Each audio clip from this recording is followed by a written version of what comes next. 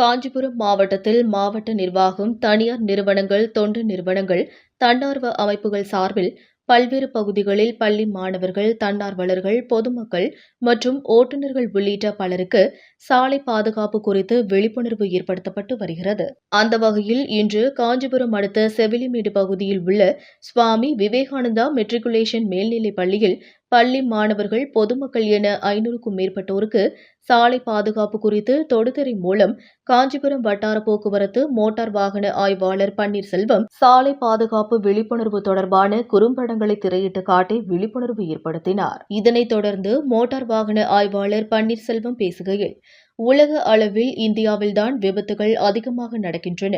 அதிலும் தமிழகம் கடந்த 2022ஆம் ஆண்டு கணக்கெடுப்பின்படி முதலிடத்தில் இருக்கிறது. இருசக்கர வாகனங்களை வேகமாக ஓட்டும் இளைஞர்களால் தான் பெரும்பாலான விபத்துகள் நடக்கின்றன. அதிலும் முக்கியமாக தலைக்கவசம் அணியாமல் ஓட்டுவதே முக்கிய காரணமாக இருக்கிறது. உடலில் வேறு எந்த இடத்தில் காயம் ஏற்பட்டாலும் பிழைத்துக் கொள்ள வழி இருக்கிறது. ஆனால் தலைக்காயம் ஏற்பட்டுவிட்டால் பிழைப்பதும் கடினம். அதே நேரத்தில் மருத்துவ செலவும் அதிகம்.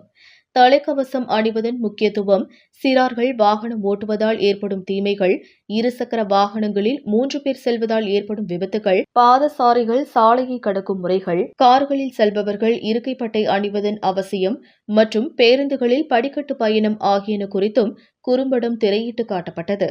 இந்நிகழ்வில் பள்ளி ஆசிரியர்கள், மாணவ மாணவியர்கள் மற்றும் அவர்களது பெற்றோர்கள் உட்பட சுமார் 500 பேர் கலந்து கொண்டனர். காஞ்சிபுரத்திலிருந்து ரிப்போர்ட்டர் தினேஷ்.